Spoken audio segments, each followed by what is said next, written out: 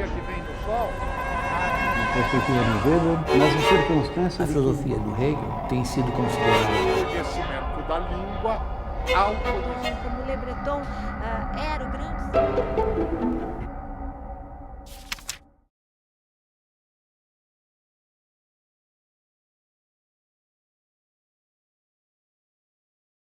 Tendo em vista que o poeta, nós temos visto desde das primeiras aulas, né? O poeta ele tem uma relação com o seu tempo e tem uma relação também com a universalidade.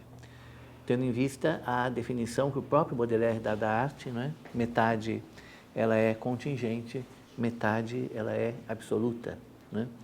Então, hoje, vamos aplicar isso ao poeta no sentido da pessoa, do indivíduo, né? Tentando entender essa noção de singularidade e, mais do que isso, tentando entender a maneira como essa singularidade se traduz poeticamente, que no caso aqui o que nos interessa é o indivíduo singular, que é um poeta e, portanto, tem uma posição, na realidade, né, diversa e bastante peculiar. Em primeiro lugar, é preciso, tendo em vista certas características da modernidade, que diz respeito ao que nós chamamos de sociedade dos indivíduos, né, é preciso distinguir um pouco a individualidade e a singularidade. Nem sempre a individualidade equivale à singularidade. E isto é particularmente verdadeiro na modernidade, né? Onde, na medida em que o tempo avança, a sociedade de indivíduos, que é a sociedade moderna no seu sentido mais clássico, aquela que vem desde o século XVII, e não a modernidade na periodização do Foucault, né, que é do século XIX para cá, mas à medida em que a modernidade avança, a sociedade dos indivíduos se transforma em sociedade de massa. E, no caso de Baudelaire, nós podemos entender esse fenômeno através da importância que nele tem a metrópole, né, a grande cidade e as suas características peculiares. Essas grandes cidades, esses grandes aglomerados urbanos, né, eles conferem aos indivíduos duas marcas que são muito próprias do nosso tempo, né, e que foram objeto da atenção de Baudelaire, né. Em primeiro lugar, o anonimato e, em segundo lugar, a uniformidade. Se nós juntarmos o anonimato e a uniformidade, nós vamos encontrar o conceito de multidão, que é importante no Baudelaire, na medida em que haverá uma distinção entre o poeta e a multidão, que é muito própria da posição que Baudelaire ocupa, né, na modernidade e também do juízo que ele faz acerca da modernidade e dos seus componentes, né. Podíamos esperar, numa perspectiva talvez mais romântica, né, que o poeta se distinguisse dos demais ou da multidão, né, por estar acima ou fora dela, né. No entanto, no caso de Baudelaire, essa distinção se dá exatamente na medida em que o poeta, de alguma forma, ele sente mais intensamente a multidão e os seus efeitos do que aqueles que nela vivem de forma indistinta. Ou seja, o que distingue o poeta dos demais não é que ele se coloca fora da multidão ou sobrevoa essa multidão com uma espécie de olhar de águia, né, que seria próprio de um poeta numa versão, digamos assim, mais clássica, né? Pelo contrário, ele está imerso na multidão. E o que o distingue dos demais, né, é o fato de que ele sente essa imersão, né, ele sente essa multidão de uma maneira mais intensa do que aqueles que participam mais diretamente dela. Isso porque aqueles que participam dessa multidão, que já é, digamos assim, uma antecipação da sociedade de massa, esses que participam, eles estão numa posição indistinta, ou seja, o que os caracteriza é a uniformidade e a indistinção.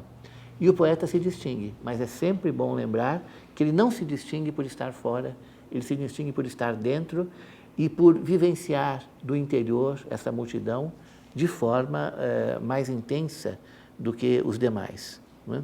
Então, a singularidade do poeta não se faz de um modo alheio à multidão. A singularidade do poeta se faz na multidão. E é por isso que,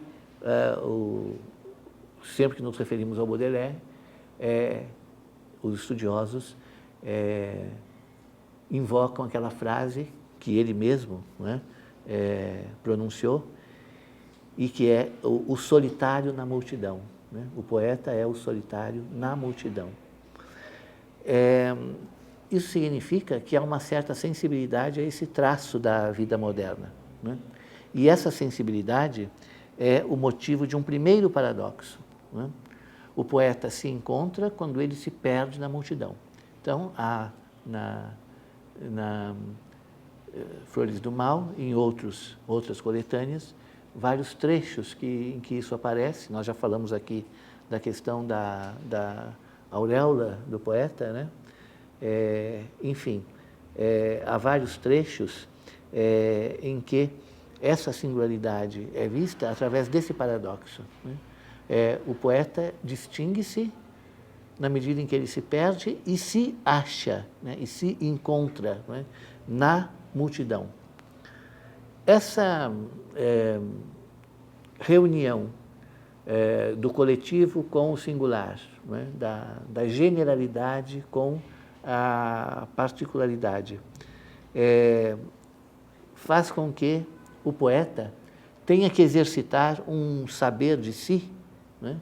Para que ele possa desvendar a sua natureza, que aparece já então como ambivalente, né? Ou seja, uma singularidade que não é feita por um destaque da multidão, mas é feita por uma imersão na massa. Né? Então, é nesse sentido que o poeta se encontra na medida em que ele se perde, não é? Nesse anonimato, nessa uniformidade. Né? Então, quando ele se volta para a sua natureza, uma coisa que o Baudelaire faz durante toda a vida, tentar entender a sua própria natureza. Né? E aí natureza é um termo forte, uma vez que o poeta quer encontrar mesmo algo de essencial que o defina e que lhe confira uma certa identidade. Né? O que não é fácil, tendo em vista a maneira como ele se situa, não é? No seu tempo.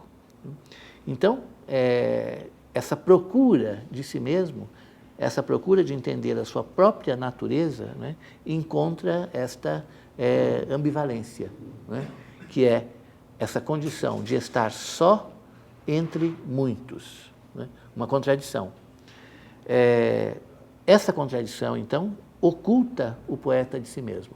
Quer dizer, há uma dificuldade insuperável para romper essa relação entre a multiplicidade variada, de um lado, e a unidade irredutível do outro, né? Tendo em vista que o poeta deve encontrar a sua identidade, quer dizer, a unidade que o define poeticamente, a partir dessa multiplicidade na qual ele está imerso, dessa variedade, né, de figuras, de pessoas, de objetos, de aspectos, né, que é quase caótica, né, e na qual ele vive. Né. Ele precisa, né, desse recurso para encontrar aquilo que seria a sua natureza única. Né. Ou seja, há uma ligação intrínseca entre o eu e os outros, de tal forma que essa imersão do eu nos outros, né, torna difícil o poeta isolar a sua identidade e captar-se, né, como uma natureza única, que ele, no entanto, sente que é. a partir de uma certa diferença, né, que ele percebe entre ele mesmo e os outros. Isso gera uma certa ansiedade, uma certa angústia, que vai acompanhar sempre a tarefa do saber de si.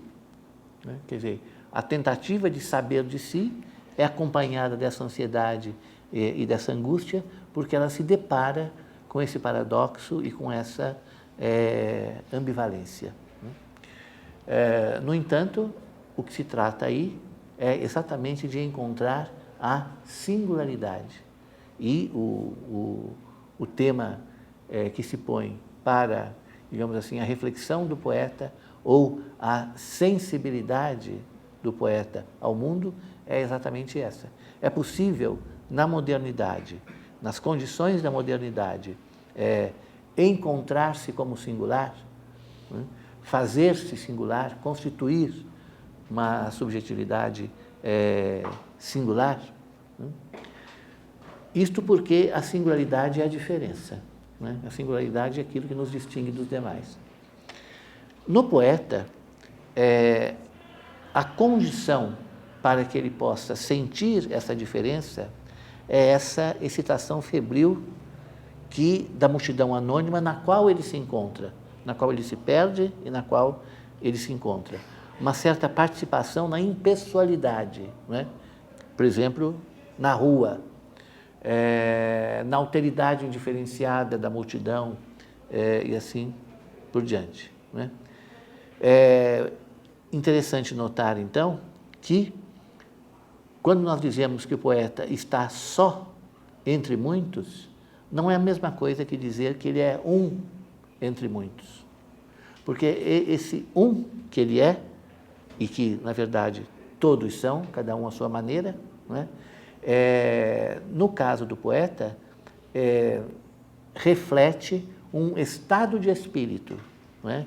Que é, digamos assim, uma representação afetiva da singularidade ou da unidade, que é a solidão. Né? Um é aquele que está só, né? Mas nem sempre. Né?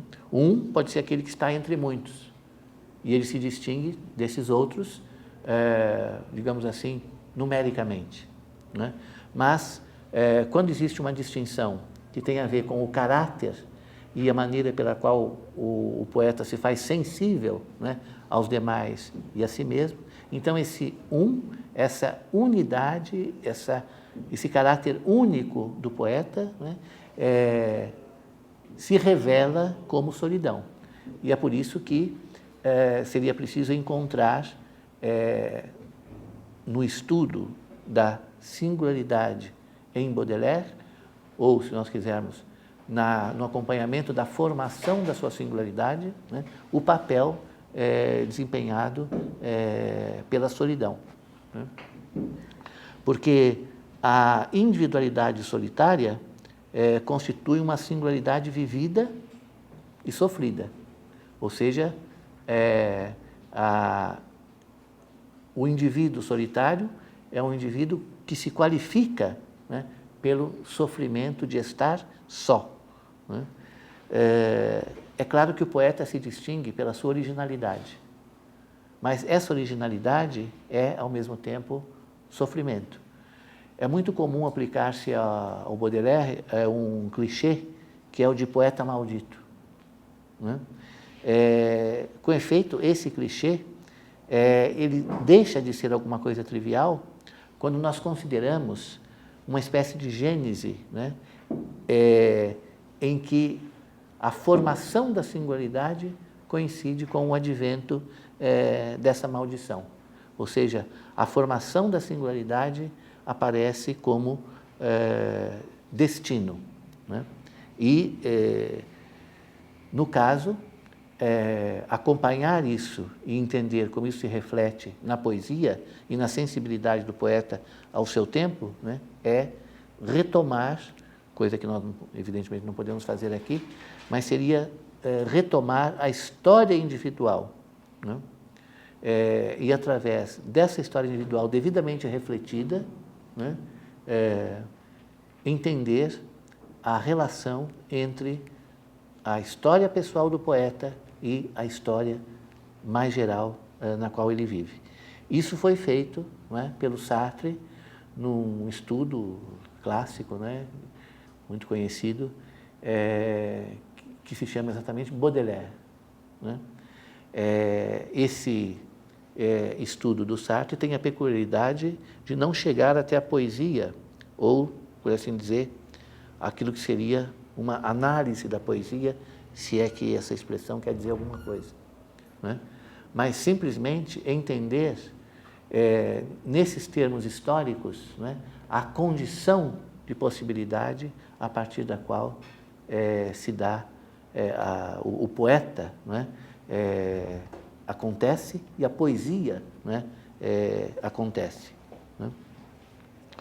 Quando nós refletimos sobre essa história, né, essa história pessoal, né, do sujeito, né, duas perspectivas se abrem para o entendimento, né, do Baudelaire. Mas o entendimento do Baudelaire aí significa refletir sobre a pergunta que ele faz acerca da sua própria natureza. Quem sou? Não é? Essa pergunta, que é uma pergunta classicamente moderna, né, significa que o sujeito torna-se o tema principal da interrogação. Quem sou? O que sou? Né? Uma pergunta cartesiana, está na origem, não é, da metafísica moderna, que é a metafísica do sujeito. Nós devemos entender como ela se reformula, né, em Baudelaire e como ele faz a experiência desse questionamento e a tentativa de responder. Quando nós refletimos sobre isso, então, como eu disse, duas perspectivas opostas se abrem. E a primeira, né, é aquela que o Sartre cita no início do seu estudo como uma frase que foi muitas vezes aplicada ao Baudelaire, né, enquanto poeta maldito, enquanto vítima do seu tempo. Né, e a frase é a seguinte: ele não teve a vida que mereceria. Né? Ou seja, tudo aquilo que aconteceu ao Baudelaire, né, ele não merecia aquela família, aquele padrasto, aquelas amantes, aquele público, aquelas doenças, aquela marginalidade, né, o sofrimento, a solidão e a morte. Né? Nada disso ele mereceria. Sua vida teria sido, então, marcada pela injustiça, uma espécie de vítima. Né? Mas há uma outra perspectiva, né, que também é assinalada pelo Sartre no mesmo estudo, né, que se dá através de uma certa compreensão da forma como Baudelaire se relacionou com os acontecimentos que o atingiram, com as pessoas com quem ele teve que conviver, né, e com aquilo que ele chamava de seu destino. Né? Não vamos aqui entrar em pormenores, né? Mas a maneira pela qual ele se relacionou com a mãe, aquilo que ele buscava nas mulheres, a maneira como ele construiu a sua solidão, a maneira como ele se relacionava com a sua própria obra e com o seu público. Né? Em tudo isso, nós vemos o quê? Uma projeção de uma vida e, na linguagem sartriana, as escolhas a partir das quais o sujeito constitui a sua subjetividade. Se nós entendemos, então, que tudo isso que veio a acontecer, né, ao Baudelaire teria sido fruto de suas escolhas, então nós temos que inverter aquela frase que dissemos há pouco. Ou seja, ele teve, sim, a vida que ele mereceu, tendo em vista que essa vida foi fruto das escolhas que ele fez a partir da sua liberdade. Né? O problema é que essas duas perspectivas são muito simples, cada uma tomada em si mesma. Né? E se elas forem vistas como separadas, né, elas não nos levam a compreender verdadeiramente o Baudelaire para além dessa simplicidade. Né? De um lado, ele teria sido uma vítima e não teria tido nenhuma responsabilidade em tudo que lhe aconteceu, né? De outro lado, ele teria sido, através do uso da sua liberdade, o artífice exclusivo da sua existência. É sempre possível dizer que todo mundo merece e que não merece, né, a história pessoal que lhe toca, porque cada um de nós se constitui por via de nossa liberdade, mas também, ao mesmo tempo, através dos outros e das circunstâncias que nós não podemos alterar, né? Então, existe uma certa tensão, né, entre a dimensão subjetiva e a dimensão objetiva. Nessa tensão se constrói a história pessoal de cada um e se constrói a história, né, de todos. Então, como se trata de um equilíbrio tenso, a liberdade subjetiva deve pesar tanto quanto as condições objetivas, o que é uma coisa difícil de entender, né? Isso só seria possível, na verdade, porque tudo que ocorre, e isso é importante para o entendimento da história de vida do Baudelaire, né? Tudo que nos ocorre passa pelo crivo de uma certa atribuição de significação, né? Quer dizer, a questão é a seguinte: como o sujeito pode afirmar-se diante do caráter objetivo da situação, dos fatos, dos acontecimentos, dos outros, né? De tudo aquilo que pesa sobre ele como determinação, né? E a tudo isso ele tem que fazer frente como se a sua subjetividade individual tivesse peso igual a toda a soma dessas condições objetivas. Isso, a princípio, é incompreensível, né? Nós não temos condição de enfrentar todos os fatos, todos os que nos rodeiam, todos os acontecimentos, não é? Pelo contrário, o que pode acontecer, na verdade, de mais provável, é que tudo isso nos leve, né, de roldão pela vida, né?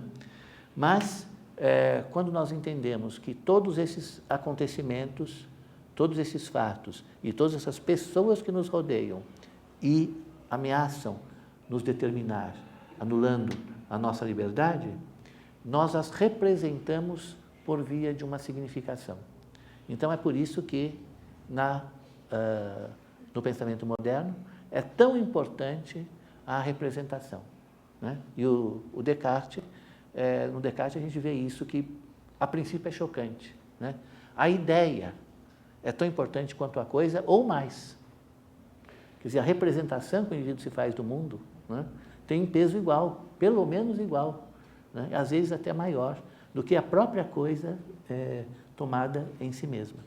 Isso porque essa capacidade de representação não é só a capacidade de reproduzir as coisas pelo pensamento e tornar o real, transformar o real em ideia, né?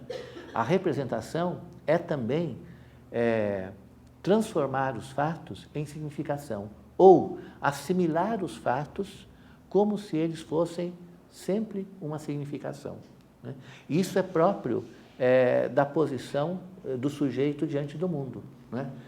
O sujeito não é um mero receptor passivo dos fatos, ele os elabora, ele assimila os fatos elaborando, e nessa elaboração ele atribui significação a tudo aquilo que lhe ocorre, ao que lhe acontece, as pessoas e as coisas, né, que estão no seu entorno, né? Então, é nesse sentido que o sujeito e sua liberdade, né, apesar de serem algo, a princípio, insignificante diante da soma do mundo, né, que nos rodeia e pesa sobre nós, ainda assim ele se faz, na filosofia moderna, hegemônico, né, central, né, relevante, né, exatamente porque essa passagem do fato à subjetividade é mediada pela significação. E essa significação é atribuída, né, pelo sujeito aos acontecimentos ou à exterioridade. Quer dizer, não existe exterioridade pura, não existe fato bruto. Sartre usa essa expressão, né? Fato bruto. Não existe o fato bruto. O fato é sempre representado. Tudo que existe é representado. E representar significa alguma coisa. Eu atribuo, né, uma significação. E como é o sujeito, né, esse doador de significação, né, então é a partir da liberdade do sujeito, né, que essa significação acontece. E, portanto, se os fatos são inseparáveis da significação, né, a posição do sujeito diante dos fatos, de um lado, é a posição de subordinação aos fatos, que o sujeito não é nada diante da soma dos fatos do mundo, mas, ao mesmo tempo, é também a posição de liberdade, né, porque esses fatos são assimilados junto com a significação atribuída a eles por esse sujeito. E essa atribuição é livre, né? É o sujeito que tem que fazer essa atribuição e responsabilizar-se por ela, né? Então, como nós estamos aí diante de fatos, acontecimentos e também das outras pessoas, né, muitas vezes acontecerá que o peso desses fatos e dos outros, né, é demasiado, né? Parece que, por vezes, escolhem por nós, né? A nossa vida é produzida pelos outros e pelas circunstâncias, né? Como se as coisas já viessem para nós fruto de alguma escolha e pré-determinadas, para que nós, como se nós não tivéssemos outra opção, se não aceitar aquilo, e aí sim, como se fosse um destino, né? Essa fatalidade, por assim dizer, ela ainda assim também é uma escolha. Isso porque quando escolhem por nós e nos tornam objeto de escolha, nos tornam como se fosse um fato, né? Nos reificam como se pudesse ignorar a nossa condição de sujeito e fazer de nós aquilo que querem, né? Ainda assim nós podemos corroborar essa escolha ou escolher contra ela, né? Então, toda a vida do Baudelaire vai se passar entre essas duas opções, né? Ou eu corroboro a escolha que fizeram por mim, ou eu escolho viver contra essa escolha que fizeram por mim, né? Isso, então, faz com que a história individual, a partir dessa contradição, né, a partir dessa tensão entre a escolha que fizeram por mim e a escolha que eu posso e devo fazer, né, se torna, então, algo dramático. E, portanto, a vivência, né, a experiência da subjetividade se torna dramática. No entanto, se eu posso corroborar a escolha que fizeram por mim, ou escolher contra, não é, essa primeira escolha, isso ainda é um sinal de liberdade. Quer dizer, concordar, não é, assumir aquilo que os outros me impõem, escolher a escolha do outro, não é ainda escolher. E, portanto, escolher a partir de uma certa liberdade. Quando nós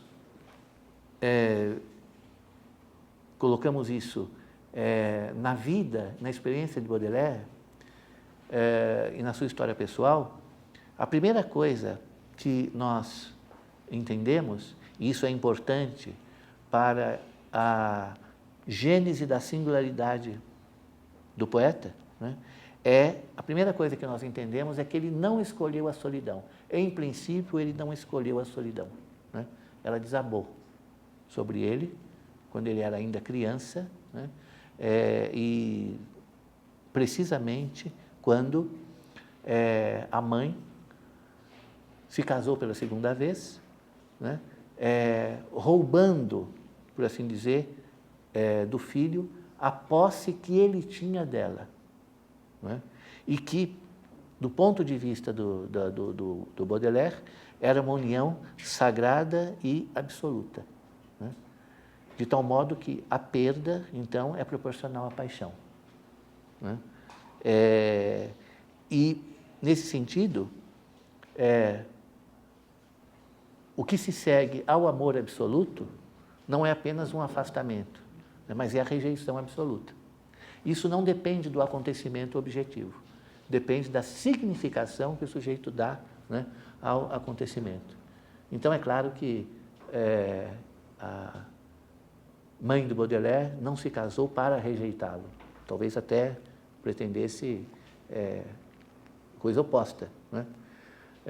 Mas ele interpretou o evento dessa forma.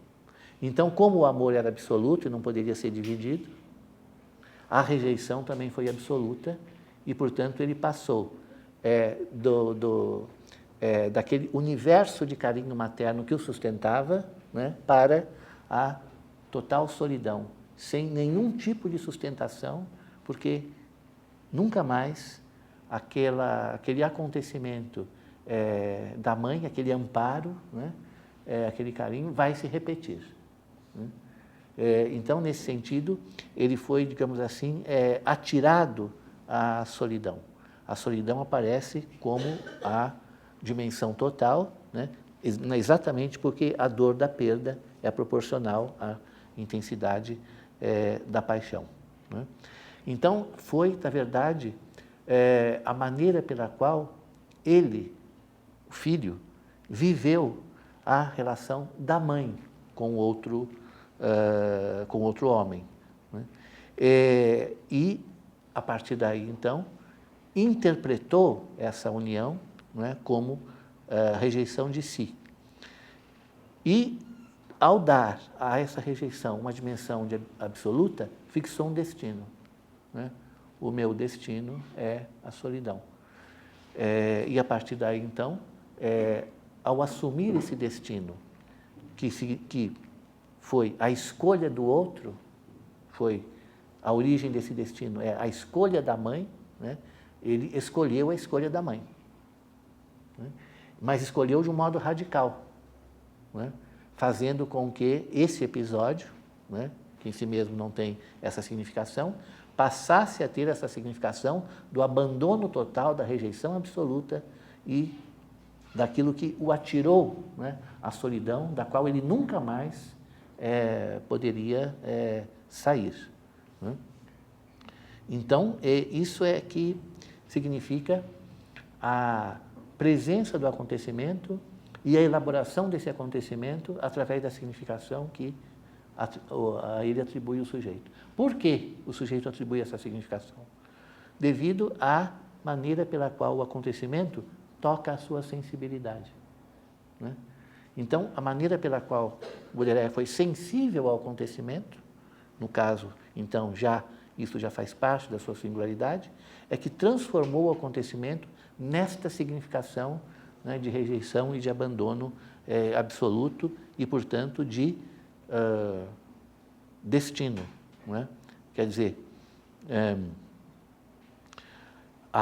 nós temos aí a reunião de um acontecimento objetivo e de uma escolha subjetiva. E as coisas estão tão mescladas, né, que não é possível separá-las, assim como não é possível separar o fato, o acontecimento, da significação que a ele é atribuída. Né?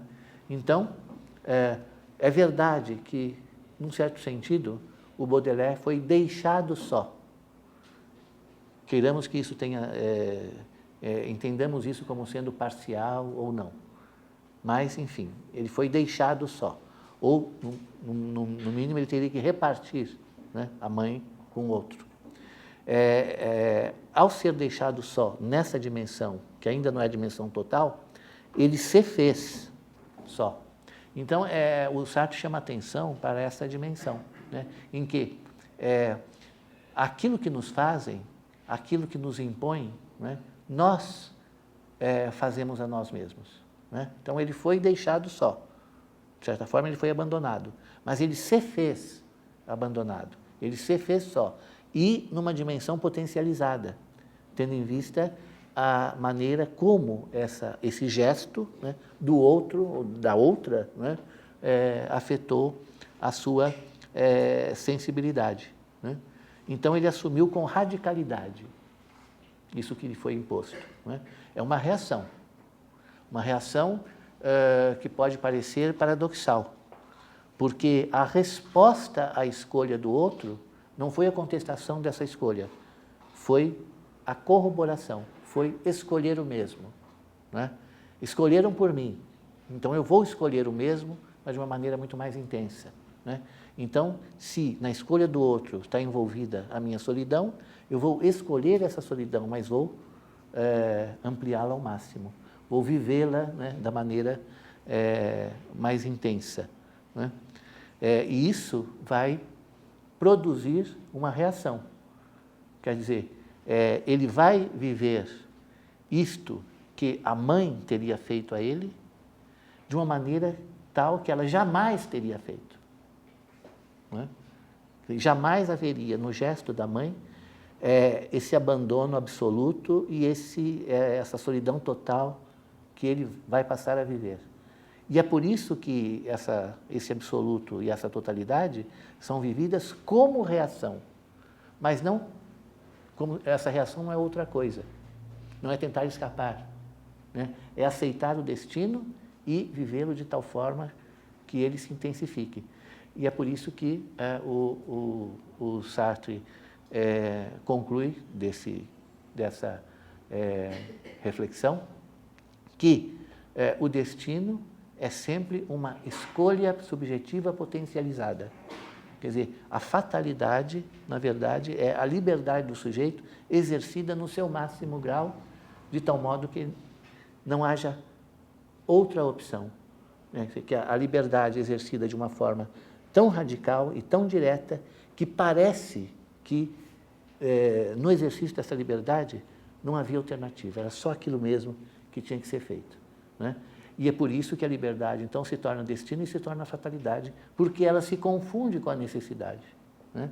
Então, Baudelaire agora vai viver essa situação.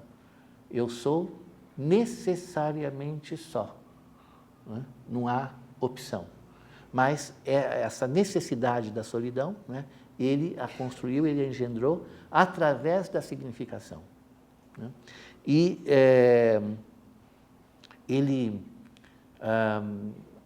esse gesto do Baudelaire, que vai marcar profundamente, né, a sua personalidade e vai se refletir na sua poesia, deriva também da experiência absoluta, explícita ou implícita, né, da relação com a mãe. Por isso que nós dissemos que ao amor absoluto só se pode seguir, né, a rejeição absoluta, né? Então, há que entender aí a maneira pela qual ele viveu a condição de filho, né? E o Sartre tem uma expressão muito significativa e bem francesa, né, para explicar isso. Ele diz, ele se achava filho por direito divino, né? Assim como o rei é rei por direito divino e é incontestável. Por isso que o rei é incontestável, que ele é rei por direito divino. Então, se alguém é filho por direito divino, né, ele é filho de maneira incontestável. Então, se ele é tirado dessa condição, que é absoluta, né, porque o direito divino é o direito da monarquia absoluta. O monarca absoluto, ele é rei absoluto por direito divino. Não deve isso a ninguém, a não ser a Deus, né? Então, se o filho é filho por direito divino, ninguém poderia tirá-lo dessa condição. Então, o que aconteceu foi um absurdo, né? Foi um absurdo e motivou essa perplexidade, né, e essa angústia, né, de como eu posso ser destituído, né, de um lugar que me pertence por direito divino, né, e que me pertence de forma absoluta, né? Então, isso nos dá o alcance, né, do significado da separação. O que é que significa estar separado e fazer da separação a condição de vida e o destino. Nos ajuda a entender o alcance que a experiência da separação tem na vida do Baudelaire, né? Que toda ela é pautada por essa condição de separação, né? Então, se nessa altura dos acontecimentos,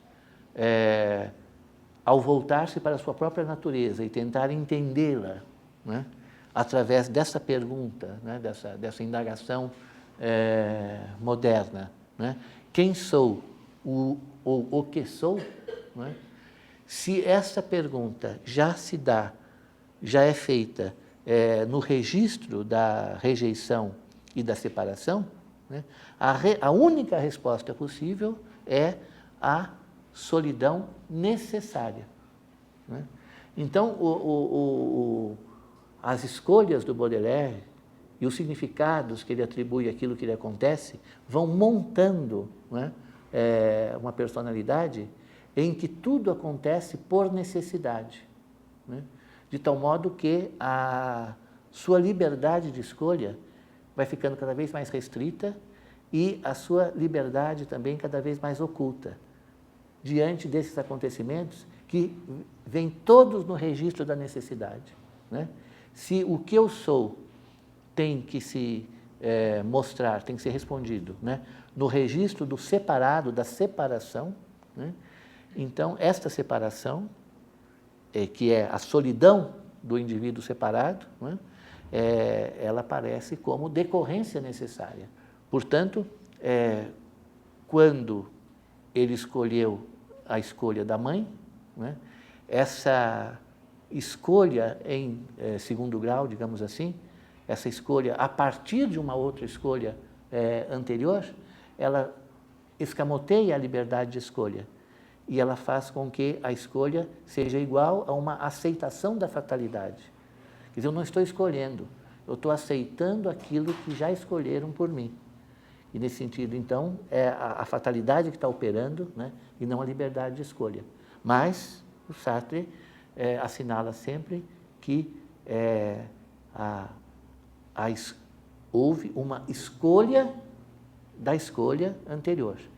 E, portanto, a contingência está presente, uma coisa que o Baudelaire não aceita. A contingência, né? Tudo tem que acontecer por necessidade, para que a vida seja vivida como destino, né? Então, dentro dessas relações, né, é que ele não vê, por exemplo, a sua condição filial e a condição maternal como contingência. Em ambos os casos, você tem ali algo de direito e algo necessário, né? Ou seja, ele tem a posse necessária da mãe e isso não lhe pode ser tirado, né? E, portanto, nesse caso, a perda ela é absurda e ela é inexplicável, uma espécie de violação da ordem universal.